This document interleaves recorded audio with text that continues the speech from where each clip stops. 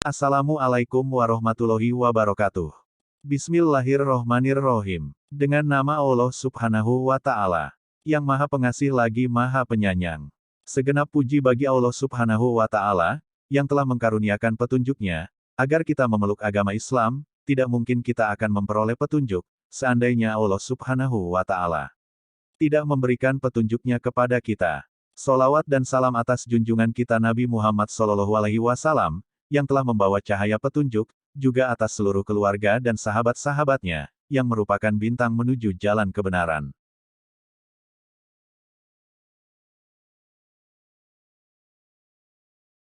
Ilmu yang diperoleh lewat ilham dan lewat proses belajar. Tentang ilmu pengetahuan. Mencari ilmu pengetahuan dalam Islam, sangat dianjurkan, bahkan merupakan kewajiban yang disamakan dengan jihad. Diterangkan dalam Al-Quran, bahwa jika di dalam masyarakat Muslim terjadi peperangan, maka mereka tidak boleh pergi ke medan perang seluruhnya, tetap harus ada orang-orang yang disuruh, untuk belajar menuntut ilmu, yang kedudukannya sama dengan orang-orang yang berjuang di jalan Allah.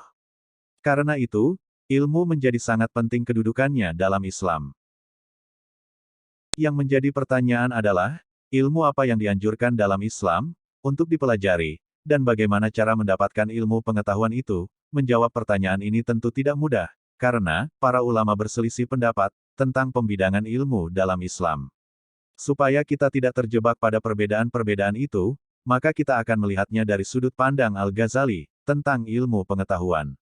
Al-Ghazali telah membuat dua macam perbedaan pengetahuan yang ada pada manusia, yaitu 1. Pengetahuan yang didapatkan melalui belajar dan usaha, atau melalui pembelajaran manusia. 2. Melalui kasyaf dan ilham, yakni melalui pembelajaran Rabbani. Menurut Imam Al-Ghazali, pembelajaran manusia merupakan usaha yang didapatkan lewat pengambilan dalil, eksperimentasi dan istimbat hukum. Sedangkan metode kasyaf adalah metode ilmu laduni, ilmu Rabbani, yang tidak didapatkan lewat usaha, akan tetapi dihujamkan ke dalam hati melalui jalan yang tidak ia ketahui. Oleh karenanya itu, pengetahuan ini disebut ilham atau wahyu, dilihat dari cara mendapatkannya, diketahui ataukah tidak diketahui. Allah berfirman, yang artinya, barang siapa yang Allah menghendaki, akan memberikan kepadanya petunjuk, niscaya dia melapangkan dadanya untuk memeluk agama Islam. Al-An'am, ayat 125. Sesungguhnya, manusia bisa mendapatkan ilham wahyu ilahiyah, jika telah terangkat hijab dari hatinya, dengan cara menjernihkan dan mensucikan hatinya. Allah berfirman, yang artinya, sesungguhnya beruntunglah orang yang mensucikan jiwa itu, dan sesungguhnya merugilah orang yang mengotorinya. Asy-Syam, ayat 9-10. Imam Al-Ghazali pernah memberikan beberapa contoh atas kebenaran adanya ilham, yang akan kami paparkan poin-poinnya sebagai berikut. 1. Imam Al-Ghazali menyebutkan, dalam wilayah ini beberapa ayat berikut. Apa saja yang Allah anugerahkan kepada manusia berupa rahmat, maka tidak ada seorang pun yang dapat menahannya. Al-Fatir, ayat 2. Dan orang-orang yang berjihad untuk mencari keridaan kami, benar-benar akan kami tunjukkan kepada mereka jalan-jalan kami. Al-Ankabut, ayat 69. Barang siapa yang bertakwa kepada Allah niscaya dia akan mengadakan baginya jalan keluar. Dan memberinya rezeki dari arah yang tiada disangka-sangkanya. At-Talaq, ayat 2-3.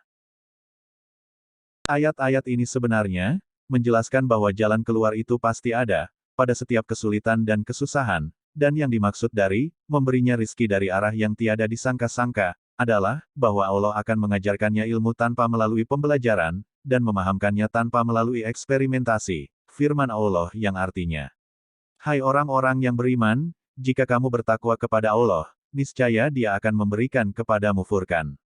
Al-Anfal, ayat 29.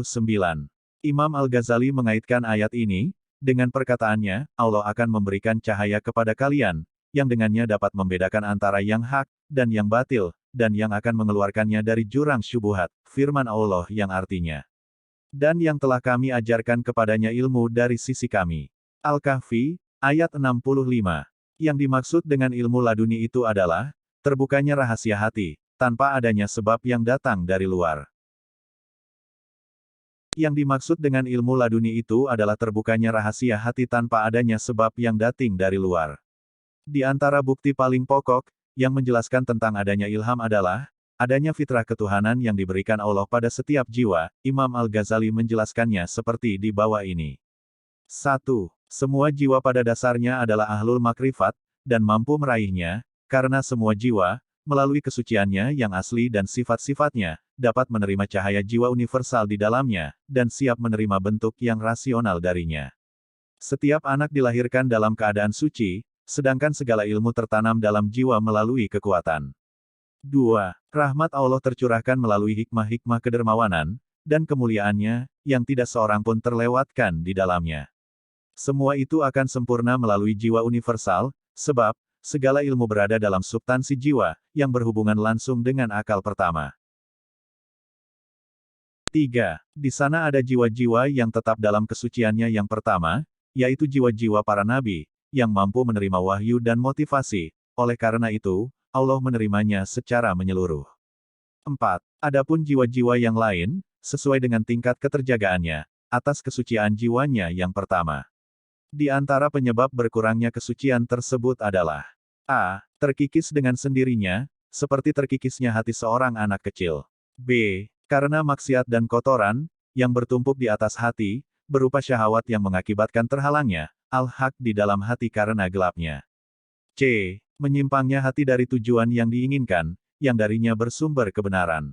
D. Terhalang oleh taklid dan fanatisme mazhab. Ilmu-ilmu ladunia, tidak pernah terhalang dari hati, karena sifat bakil dari si pemberi nikmat, akan tetapi bisa terhalang karena kotornya jiwa, seperti kekeruhan dan kesibukan hati. Oleh karena itu, manusia akan mampu memilikinya, apabila hijab hati itu terangkat dengan cara menjernihkan, dan mensucikan hati dengan tiupan ketuhanan. Allah berfirman, sesungguhnya beruntunglah orang yang mensucikan jiwa itu, dan sesungguhnya merugilah orang yang mengotorinya. Asy-Syam, ayat 9-10. Barang siapa yang Allah menghendaki akan memberikan kepadanya petunjuk, niscaya dia melapangkan dadanya untuk memeluk agama Islam. Al-An'am, ayat 125. Kemampuan akal manusia, untuk mengetahui segala hakikat, dan mendapatkan ilmu itu sangat terbatas. Manusia tidak akan mampu menguasai atau meraup semua hakikat kosmos, sebagaimana ia tidak mampu mengetahui hakikat-hakikat yang gaib dengan usahanya sendiri. Dan tidaklah kamu diberi pengetahuan melainkan sedikit. Al-Isra, ayat 85.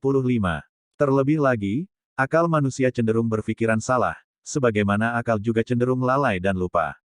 Dengan demikian manusia pada satu saat membutuhkan petunjuk Allah, dan membutuhkan pengarahannya, kepada sesuatu yang membawa kebaikan dan kebajikan pada dirinya, baik itu melalui jalur para nabi dan para rasul, maupun melalui metode ilham dan firasat mimpi. Misi penting para nabi dan para rasul, yang telah diutus oleh Allah, sepanjang sejarah yang berbeda adalah, membimbing manusia dan mengajarkan kepada mereka, syiar-syiar agama dan apa yang terbaik buat manusia. Manusia itu adalah umat yang satu. Setelah timbul perselisihan, maka Allah mengutus para nabi, sebagai pemberi kabar gembira dan pemberi peringatan, dan Allah menurunkan bersama mereka kitab dengan benar, untuk memberi keputusan di antara manusia tentang perkara yang mereka perselisihkan. Al-Baqarah, ayat 213. Dan sesungguhnya, kami telah mengutus rasul pada tiap-tiap umat untuk menyerukan, sembahlah Allah saja dan jauhilah taghut itu. An-Nahl, ayat 36. Ilham adalah semacam ilmu laduni yang Allah curahkan kepada manusia, dan menghujamkannya ke dalam hati manusia, yang dengannya, manusia mampu menyingkap segala rahasia, dan dapat memperjelas segala hakikat. Ada beberapa ayat Al-Quran yang mengisyaratkan, adanya ilmu laduni ilmu Rabbani, yang dapat mengantarkan pelakunya melalui ilham, yang diberikan Allah kepada para nabi dan rasulnya. Di antara contoh itu adalah, apa yang disebutkan oleh Al-Quran Al-Karim dalam surat Al-Anbiya, tentang cerita Nabi Daud dan Nabi Sulaiman, ketika keduanya menghakimi dua orang lelaki, yang satunya adalah pemilik ladang, yang mengadu bahwa kambing lelaki yang satunya telah merumput dan merusak ladangnya. Kemudian Nabi Daud memenangkan pemilik ladang itu, dengan mengambil kambingnya. Allah Ta'ala memberikan ilham kepada Sulaiman, dengan memberikan kemenangan pada pemilik ladang, dengan cara mengambil manfaat dari hasil kambing, keturunan, dan dari bulunya sebagai ganti dari hasil ladang yang telah dimakan oleh kambing itu, sebagai salah satu cara, untuk mendamaikan pemilik kambing, yang menjadi balasan kepada pemilik ladang itu. Nabi Daud melihat kevalidan pendapat Sulaiman, lalu mencabut hukum yang diberikan kepadanya. Firman Allah. Dan ingatlah kisah Daud dan Sulaiman, di waktu keduanya memberikan keputusan mengenai tanaman, karena tanaman itu dirusak oleh kambing-kambing kepunyaan kaumnya. Dan adalah kami menyaksikan keputusan yang diberikan oleh mereka itu, maka kami telah memberikan pengertian kepada Sulaiman tentang hukum yang lebih tepat. Al-Anbiya, ayat 78-79. Dan firman Allah Ta'ala tentang Nabi Daud. Kemudian Allah memberikan kepadanya, Daud pemerintahan dan hikmah, sesudah meninggalnya Talut dan mengajarkan kepadanya apa yang dikehendakinya. Al-Baqarah, ayat 251. Dan demikian pulalah kami memberikan kedudukan yang baik kepada Yusuf di muka bumi, Mesir, dan agar kami ajarkan kepadanya takbir mimpi. Dan Allah berkuasa terhadap urusannya, tetapi kebanyakan manusia tiada mengetahuinya. Dan tatkala dia cukup dewasa, kami berikan kepadanya hikmah dan ilmu. Demikianlah kami memberi balasan kepada orang-orang yang berbuat baik. Yusuf ayat 21-22.